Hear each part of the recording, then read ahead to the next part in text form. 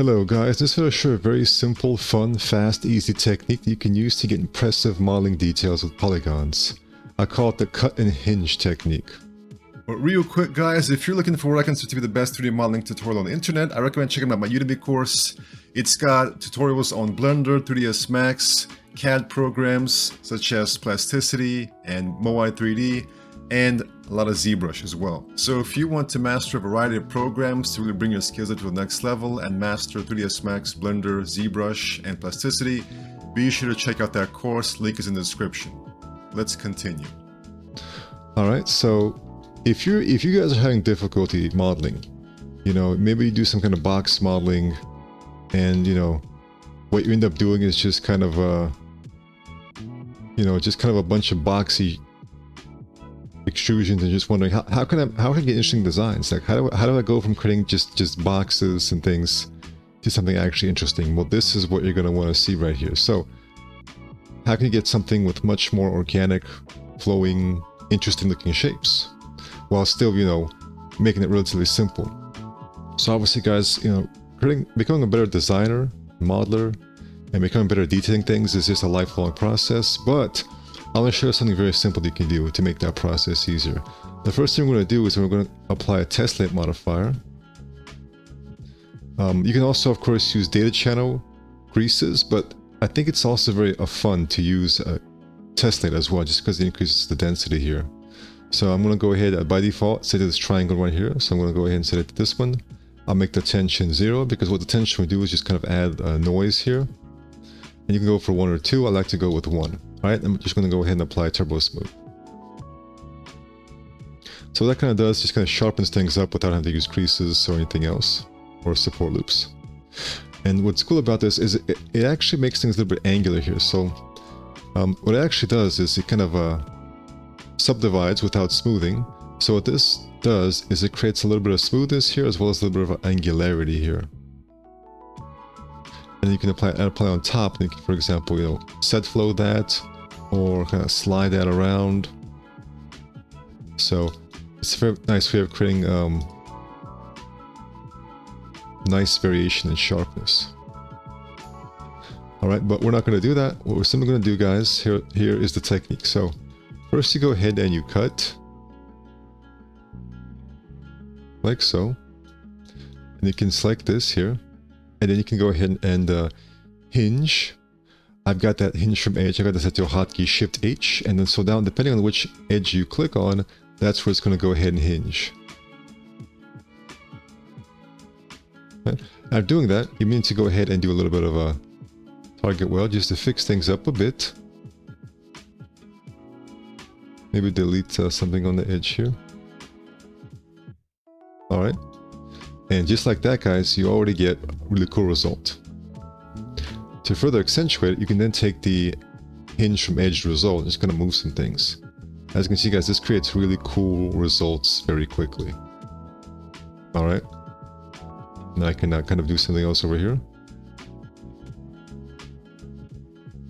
Like this, for example. I can hinge from edge, let's say right there. I'm going to do a little bit of target weld here. Control A, do a quick weld operation here. So some slight fix up. And look at that, guys. Just like that. Really cool results. Now occasionally you want to fix some things here. For example, I can insert a loop right there and then connect.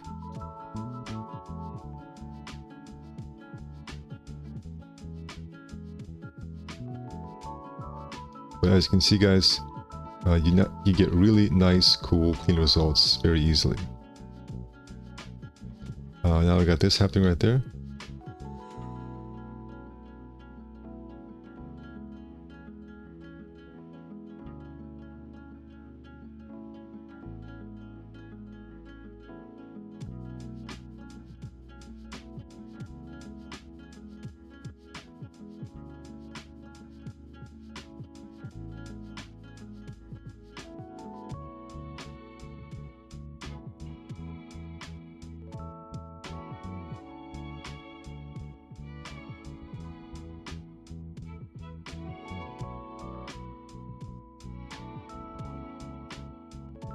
So I hope you guys are beginning to see how you can create really nice results just by using Cut and Hinge.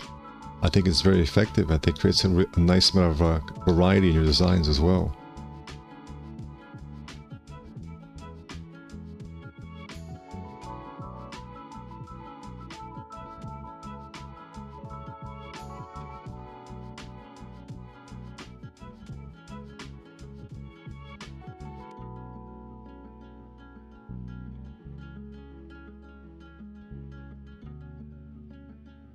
And you can work with these to get more results.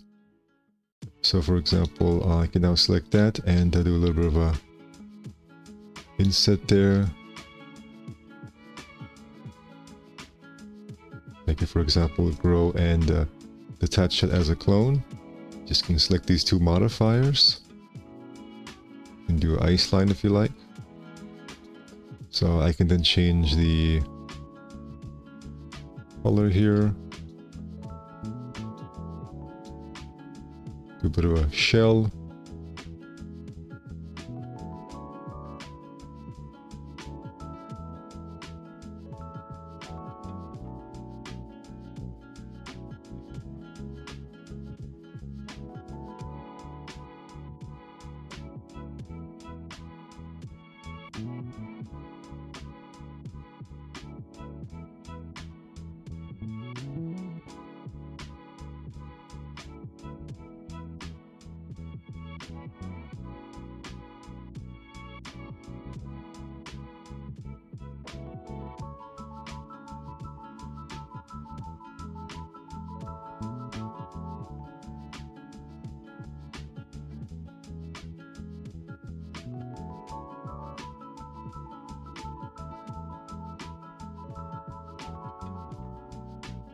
Even apply other poly on top of tessellate and further begin to work out some good details.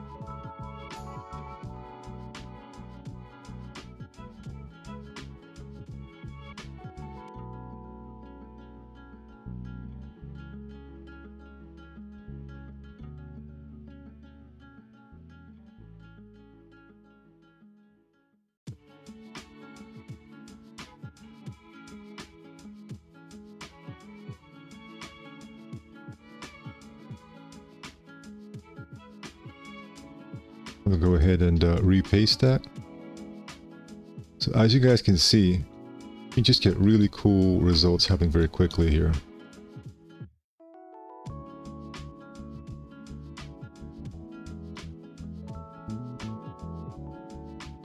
What I also like to do is to use extrude or chamfer here.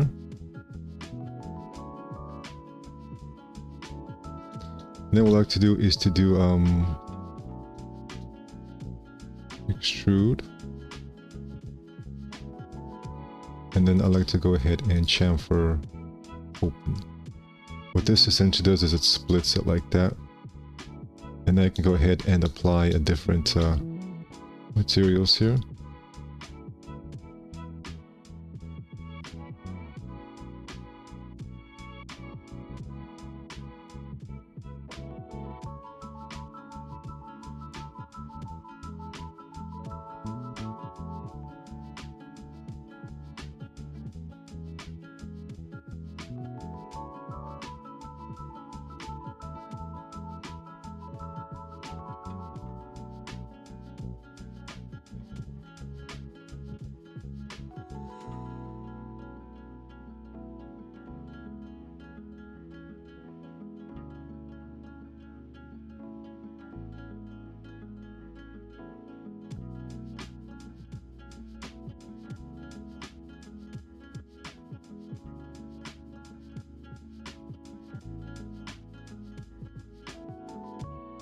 So as you guys can see, you can get really impressive results here very quickly by using this technique.